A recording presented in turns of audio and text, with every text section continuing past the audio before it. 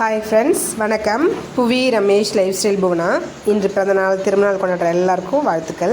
இன்றைக்கி கருவேப்பிலை சாதம் தான் செய்ய போகிறேன். அதுக்கு தேவையானதெல்லாம் கட் பண்ணி எடுத்து வச்சுருக்கேன். ஸ்டவ் ஆன் பண்ணிவிட்டு கடாயை அடுப்பில் வச்சுட்டேன். கடாய் நல்லா காஞ்சிருச்சு. இப்போ ஒரு 3 ஸ்பூன் கடலெண்ணெய் சேர்த்துக்கலாம். கடலெண்ணெய் நல்லா காஞ்ச உடனே 3 காஞ்ச மிளகாய், இது ஊசி மிளகாய், நல்லா காரமாக இருக்கும். உங்களுக்கு தேவைன்னா நீங்கள் உங்களுக்கு ஏற்ற மாதிரி காரம் சேர்த்துக்கோங்க. காஞ்ச மிளகாய் வறுபட்ட உடனே ஒரு 2 துண்டு கட்டி பெருங்காயம் சேர்த்துக்கிறேன். இது 2 ஒட்டி இருக்குது. இந்த கட்டி பெருங்காயத்தை இதில் சேர்த்துக்கலாம். எண்ணெயில் நல்லா பொரியட்டும். நல்லா பொரிஞ்ச உடனே இப்போ கட் பண்ணி 2 பெரிய வெங்காயம் கட் பண்ணி எடுத்து வச்சுருக்கேன். அந்த பெரிய வெங்காயத்தை இதில் சேர்த்துக்கலாம்.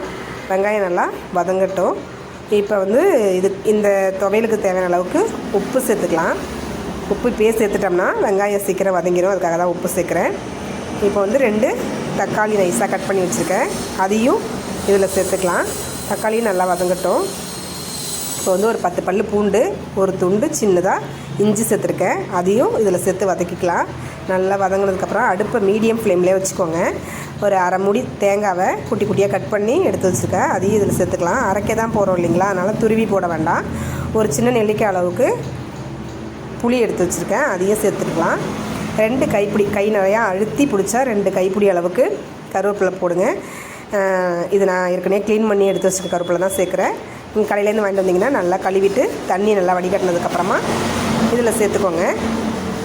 நல்லா வதங்கணும். கருவேப்பிலை நல்லா வதங்கினதுக்கப்புறமா ஆற வச்சு எடுத்துக்க வேண்டியதான்.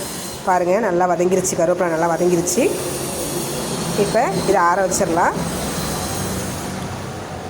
கருவேப்பிலை நல்லா ஆறிடுச்சு. இப்போ இதை அரைச்சி எடுத்துகிட்டு வந்துடலாம். கருவேப்பிலையை அரைச்சி எடுத்துகிட்டு வந்துட்டேன்.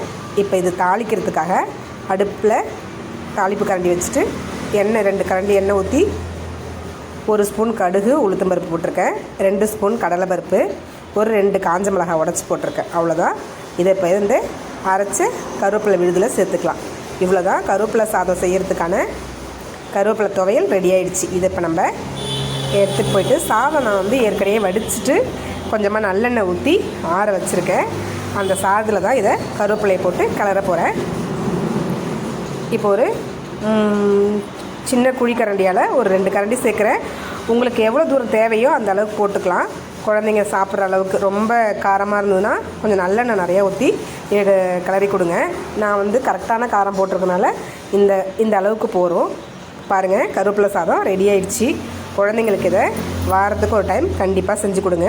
உடம்புக்கு ரொம்ப ஹெல்த்தியானது.